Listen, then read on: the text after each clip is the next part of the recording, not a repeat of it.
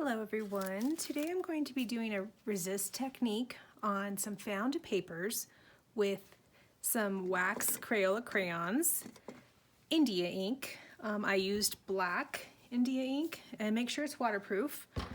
And I also used these Bombay India inks, and I used a green and a turquoise and mixed them together.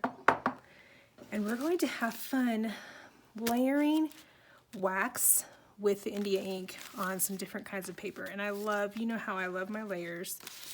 And these are just like to die for. I am so in love, and I can't wait to further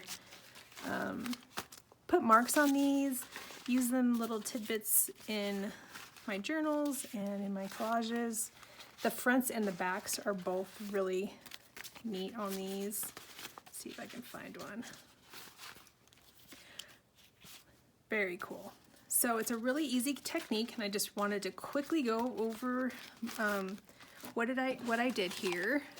So I just grabbed out a stack of found papers. I have like a 6x6 hot plate that I use for encaustic. If you had a larger one, you could use bigger pieces of paper. I just found the littler ones to go quicker, and I liked working a little smaller. It keeps me moving quickly, which I like. So let's start with this piece of paper. I'm going to use some book paper, and I'm just going to lay down some really quick expressive marks. You can either look at something for inspiration or just use your emotions and your expression to make some quick marks on paper. This was a vintage like construction paper. It's a little thinner than construction paper, and I liked the color of it. Let's see if we can get some interesting marks. So you're gonna play with your heat a little bit. Each hot plate will probably be a little bit different. What you want is you just want it to melt nicely as you put it down. You can kind of feel that wax melting into the paper. If it's not hot enough, you'll get some little pilling of the wax, which isn't, it's okay if it's like that too. Those will come off. But I just like it really nicely melting into the paper substrate.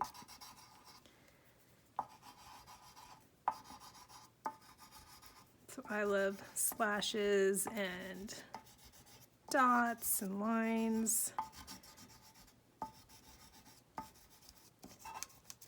So you get the idea. Each paper is going to be a little bit different on how it takes the wax. And I had some really fun metallic Crayolas in here, and there were some glitter ones. I liked some of the brighter colors, were really fun. This is a different Banana Mania, it's called, so it was in like a different box of special colors. But this is a really cool meditative thing, and you can't really control what happens, which is pretty cool. And those are the kind of exercises I love to do in my art making.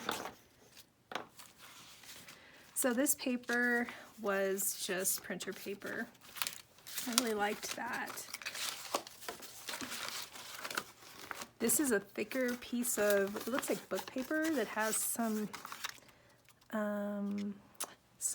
stuff that I already did to it. It looks like maybe this could be some plaster work.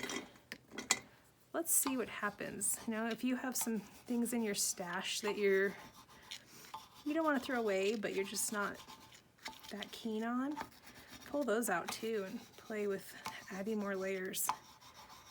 I love the happy surprises that happen when you use something different. But you could have so much fun with just this and some copy paper. All right, so I'm going to show you the next step. I'm going to turn that off and set it aside. I'm going to let that one dry a little bit. You want the wax to cool. And I'm going to just layer, like I love to just put things everywhere and kind of use my papers as my backdrop for catching the spills and stuff. That way you get some really fun things happening on all of your papers, and it catches any extra liquid or... So these pieces that I just put wax on, I'm going to take a pretty good size flat brush that's and some water, and I'm going to put these two colors together so it's a dark green wash, and if I wanted it a little darker, I'll add more of the black. I really liked how the black and the green went together. And you see, I'll just get some other marks going. So there's a lot of pooling on this one. I'm gonna use this to blot it up.